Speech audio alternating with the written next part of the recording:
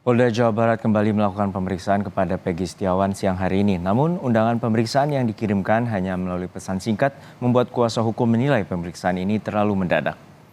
Tim kuasa hukum Peggy memutuskan untuk berangkat ke Polda Jawa Barat pada Rabu pagi untuk mendampingi Peggy Setiawan yang menjalani pemeriksaan tambahan di Mapolda Jawa Barat pada pukul 1 siang waktu Indonesia Barat. Kuasa hukum Peggy mencurigai pemeriksaan tambahan dilakukan secara mendadak. Undangan yang pada pemeriksaan sebelumnya berupa undangan resmi dengan kop surat dan stempel Polda, kini hanya melalui pesan singkat beberapa jam sebelum pemeriksaan. Namun pihak kuasa hukum mengaku belum mengetahui rencana isi pemeriksaan tambahan itu. Pemberitahuannya sangat mendadak, ibu juga kan kaget jam 8. Bu, ini harus didampingi Peggy-nya, jam 1 ada pemeriksaan. Ya semua juga kaget karena mereka udah punya agenda masing-masing. Iya. Pemeriksaan apa Bu katanya?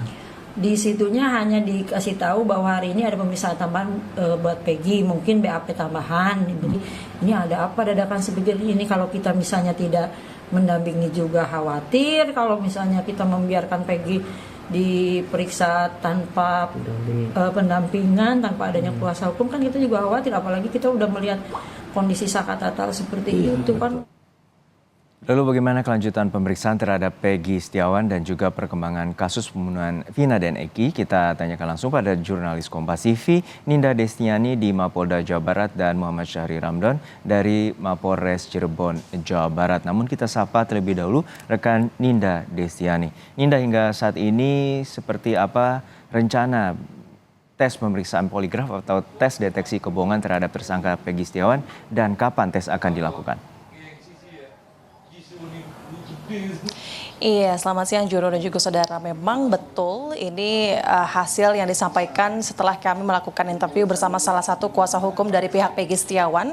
Kemarin sempat menyampaikan bahwa setelah dilakukan pemeriksaan psikologis terhadap Peggy Setiawan selama 2 hari berturut-turut, Sabtu dan Minggu kemarin, ini tentu dari penyidik Polda Jawa Barat ini justru akan melakukan pemeriksaan tambahan terhadap tersangka Peggy Setiawan, yang dimana ini sempat disampaikan bahwa rencananya pada hari ini pukul 9 begitu. Namun setelah kami tadi konfirmasi lebih lanjut kepada pihak kuasa hukum sendiri bahwa hingga siang hari ini justru pihaknya ini masih belum mendapatkan undangan secara resmi terkait pemeriksaan psikologis tambahan yakni poligraf terhadap Peggy Setiawan. Di mana ini sempat disampaikan oleh kuasa hukum Tony RM, disebutkan bahwa nantinya pemeriksaan psikologis atau poligraf terhadap Peggy Setiawan ini sebagai bentuk upaya dari pihak penyidik untuk menguji bahwasannya apakah jawaban dari Peggy Setiawan ini fakta atau tidak, benar atau tidak, ataupun konsisten atau tidak ya. Dan nantinya ini akan dilakukan, akan dikumpulkan untuk sebagai bukti. Namun hingga siang hari ini kami masih belum melihat adanya kegiatan pemeriksaan maupun kehadiran dari sosok Peggy Setiawan. Jadi kami masih belum melihat adanya pemeriksaan psikologis terhadap, maksud kami pemeriksaan tes poligraf ini terhadap Peggy Setiawan ya, Juno dan juga saudara. Namun informasi terbaru setelah kami konfirmasi lebih lanjut lagi kepada pihak kuasa hukum, ini justru memang dari pihak Polda Jawa Barat sendiri ini justru memberikan undangan melalui pesan singkat secara mendadak kepada tim kuasa hukum, di mana pada hari ini rencananya pukul 1 siang dari pihak Peggy Setiawan ini akan dilakukan pemeriksaan tambahan. Namun dari pihak kuasa hukum sendiri ini masih belum mengetahui apa maksud dari pemeriksaan tambahan tersebut, upayanya seperti apa, sistem maupun konsep dari pemeriksaan tersebut seperti apa, sehingga nanti jam 1 siang ini dari pihak kuasa hukum akan hadir di Polda Jawa Barat untuk kemudian dapat mendampingi pemeriksaan terhadap Peggy Setiawan, Juno dan juga saudara, karena seperti yang kita tahu tadi disampaikan bahwa memang undangan itu bersifat mendadak sehingga ada hal kecurigaan dari pihak kuasa hukum sehingga harus didampingi kepada pemeriksaan Peggy Setiawan. Demikian, Juno. Ya Ninda, untuk saat ini Peggy Setiawan juga telah menjalani tes psikologi dan juga ayah dari Peggy turut menjalani tes tersebut. Lalu apa saja terkait dengan hasil dan apakah telah disampaikan oleh pihak penyidik atau pihak kepolisian dari Polda Jawa Barat?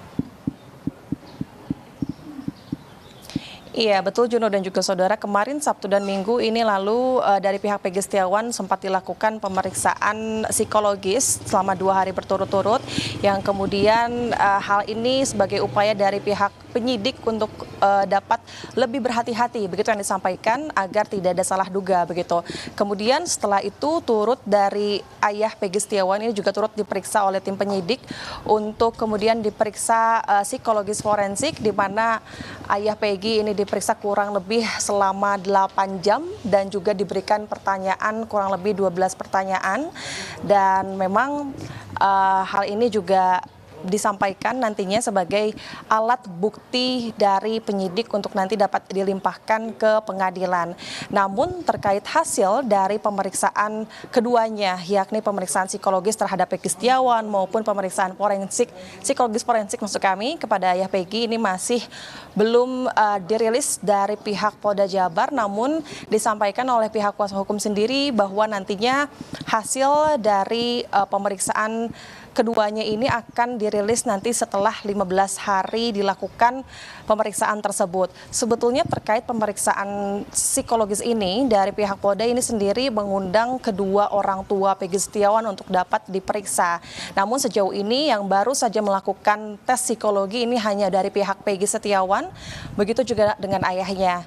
Namun dari pihak ibu Pegi Setiawan ini justru hingga saat ini masih belum melakukan tes psikologi tersebut, karena memang disampaikan oleh pihak kuasa hukum bahwa pihaknya ini menyebut bahwa yang pertama memang kondisi ibu dari Pegi ini sedang tidak baik-baik saja, yang kemudian juga menyebut bahwa hal ini tidak ada relevansinya dengan tes psikologi, yang bahwa mengingat juga bahwa ibu Pegi ini juga tidak terlibat dalam kejadian pada malam hari itu, sehingga sejauh ini masih Pegi Setiawan dan ayah dari Pegi Setiawan. Nanti kami akan cari informasi lebih lanjut terkait hasil ataupun rencana siang hari untuk pemeriksaan terhadap Pegi Setiawan. Juno.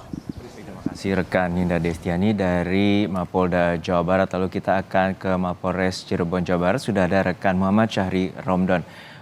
Muhammad, hingga saat ini kuasa hukum Pegi telah mengajukan pra peradilan ke Pengadilan Negeri Bandung. Lalu kapan persidangan ini akan dimulai? Ya, baik Juno dan juga saudara, selamat siang. Terkait pra peradilan yang telah diajukan oleh tim gabungan dari kuasa hukum Pegi diberikan kepada Pengadilan Negeri Kota Bandung pada kemarin sore. Mereka memberikan berkas-berkas pra peradilan tersebut lengkap dengan beberapa bukti-bukti yang kuasa hukum miliki. Berkas sudah diterima oleh tim pengadilan Kota Bandung dan informasinya akan mulai disidangkan menurut kuasa hukum Pegi sekitar seminggu atau 2 minggu lagi, sedang dilakukan penjadwalan oleh tim pengadilan. Karena mengingat kuasa hukum ada beberapa yang tinggal di Cirebon dan juga berbarengan dengan Hari Raya Besar Islam, yakni Idul Adha, sehingga informasinya 2 pekan ke depan atau 2 minggu lagi akan mulai dilakukan pra peradilan untuk persidangan Pegi Setiawan. Juno. Ya, untuk saat ini keluarga Pegi sempat keberatan dengan tes psikologi yang dimintai penyidik pada ibu Pegi. Lalu keluarga juga meminta agar AEP atau saksi yang berada di TKP pada 8 tahun silam dan saksi lainnya yang mengaku dan mengetahui terkait dengan pembunuhan tersebut, lalu apakah akan diperiksa ulang oleh pihak kepolisian?